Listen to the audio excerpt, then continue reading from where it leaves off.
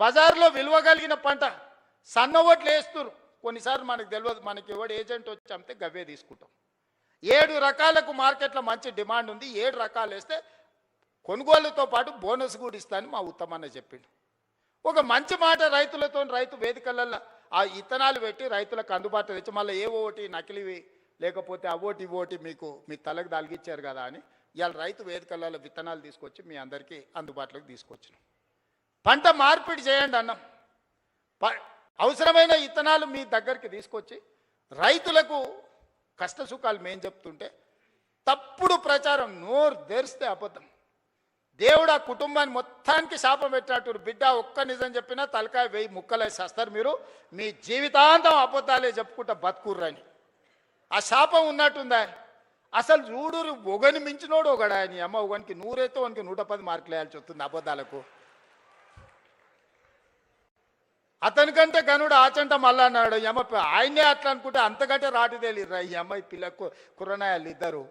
నోరు తెరితే అబద్ధాలు బామాడుతులు. అసలు ఇక పోటీ పడే అబద్ధాలు చెప్పుకుంటూ తిరుగుతారు. ఇది పరిస్థితి. అందుకే ఇవాళ వాళ్ళు ఊరూరు తిరగని, గల్లి గల్లి తిరగని, వాళ్ళు బుద్ధి మారినంత వరకు దేవుడు వాళ్ళని క్షమించడు. బుద్ధి చక్కగా ఉంటే అన్నీ చక్కగా ఉంటాయి. నోరు మంచిదైతే ఊరు మంచిది అన్నారు, అవునా? ఏమక్క, నోరు మంచిదైతే ఊరు మంచిది అన్నారు, అవునా? అత్త కోపానికి వచ్చిన కోడలు జర మెత్తగా ఉంటే ఇల్లు చక్కగా నడుస్తుంది, అవునా? మీరు అందరు ఏదైనా కోప్పడ్డా నేనేమంటానే, మా వాళ్ళే కదనే, మరి బాధ్యత ఇచ్చినప్పుడు ఓసారి కోపం అవుతుంది. ఇంటి పెద్ద మనిషి దసరా పండుగకు అందరికి బట్టలు తెచ్చినా ఈ కలర్ నాకు నచ్చలేదు అంటది కోడలు, అత్త తెస్తే, అవునా? ఉంటాయి ఇవన్నీ సమస్యలు.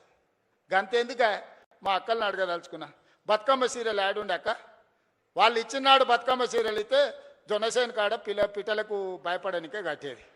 ఇవాళ మనం ఇచ్చిన ఇందిరమ్మ సీరియల్కో మా అక్క మా పెద్దమ్మ మంచిగా కట్టుకొని వచ్చి, పండుగ నాడు మా తమ్ముడు ఉన్నట్టున్నాడు అని చెప్పి మా తమ్ముని కలుగుతాని పండుగ పూట చీర పెడితే సారే అనుకుంటుంది పుట్టింటోళ్ళు పెడితే. ఇవాళ నేను పెట్టిన సీరియల్ కట్టుకొని మా అక్కలు వచ్చారు సంతోషంగా. పోయినసారి ఇప్పుడు పాలపిట్ట చీర ఇచ్చినా వచ్చేసారి సిల్కపచ్చ చీర ఇస్తున్నాం మా అక్కలకు మళ్ళీ తొందరలోనే. ఒక్క దాంట్లోనే వాళ్ళు దొంగతనం చేయకుండా, దోపిడీ చేయకుండా ప్రజలకు వనుకొచ్చేది ఏదైనా చేసిరా? ఏదైనా నాకు కొంత సమయం పడుతుంది. కొత్త సంసారమైనా మా అక్కలు మా తమ్ముళ్ళు ఈయనే ఉన్నారు. ఇంటోళ్ళం కాదని ఇల్లు ఎడిగలు పెడితే కొంత సమయం పడుతుంది. అనే స్టవ్ కొనాలన్నా, గిన్నెలు కొనాలన్నా, ఉప్పు పప్పు ఏది కొనాలన్నా కొంత సమయం పడుతుంది. ఓ పూట అవసరమైతే అన్నున్నా వండుకోనికే కష్టమవుతుంది.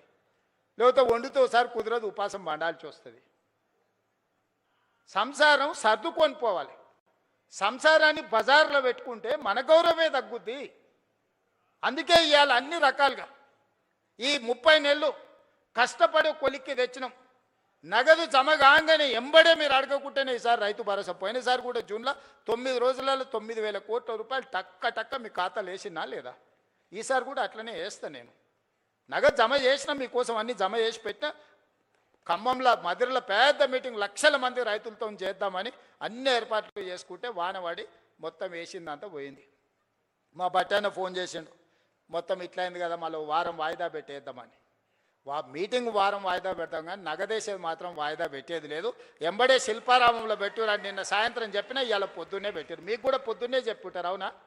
అంతేకాదు సాయంత్రం శిల్పారామం పోవాలని ఎప్పుడు చెప్పారు మా ఈర్లపల్లి శంకర్ వీళ్ళందరూ మీకు అందరికీ. ఇవాళ చెప్పిందే కదా, 3 రోజుల ముందు అయితే మీకు తెలియదు కదా వీడు ఉందని. మరి ఏం జనార్దనన్న 3 రోజుల ముందు అయితే తెలియదు కదా. మరి ఇవాళ పొద్దుగాలు చెప్తే సాయంత్రానికి అంతా ఏర్పాటు చేసుకున్నాం. ఎందుకంటే మన ఇల్లు చక్కబెట్టుకునే బాధ్యత మనకు ఉండాలి. మా మద్దూరు నుంచి మా కృష్ణన్న కూడా వచ్చిండు. మద్దూరు నుంచి ఇక్కడికి రావాలంటే ఇవాళ తెలిసిందే కదా. కాబట్టి అందుకే ఇవాళ ఏది కూడా ఈ ప్రభుత్వం మీది, ఈ ప్రభుత్వం మనది, ఈ ప్రభుత్వం ప్రజలది, ఈ ప్రభుత్వం మా ఆడబిడ్డలది, ఈ ప్రభుత్వం మా రైతులది, ఈ ప్రభుత్వం మా నిరుద్యోగ యువకులది. ఇది మన ప్రభుత్వం. మంచిగా చేసుకుందాం. పోలీసు నియామకాలు 5,000 పరీక్షలకు నేను ఇవాళ 5,000 ఖాళీలకు నేను నోటిఫికేషన్ ఇస్తే ఈరోజు గతంలో ఇవ్వకపోతే ధర్నాలు ఉండే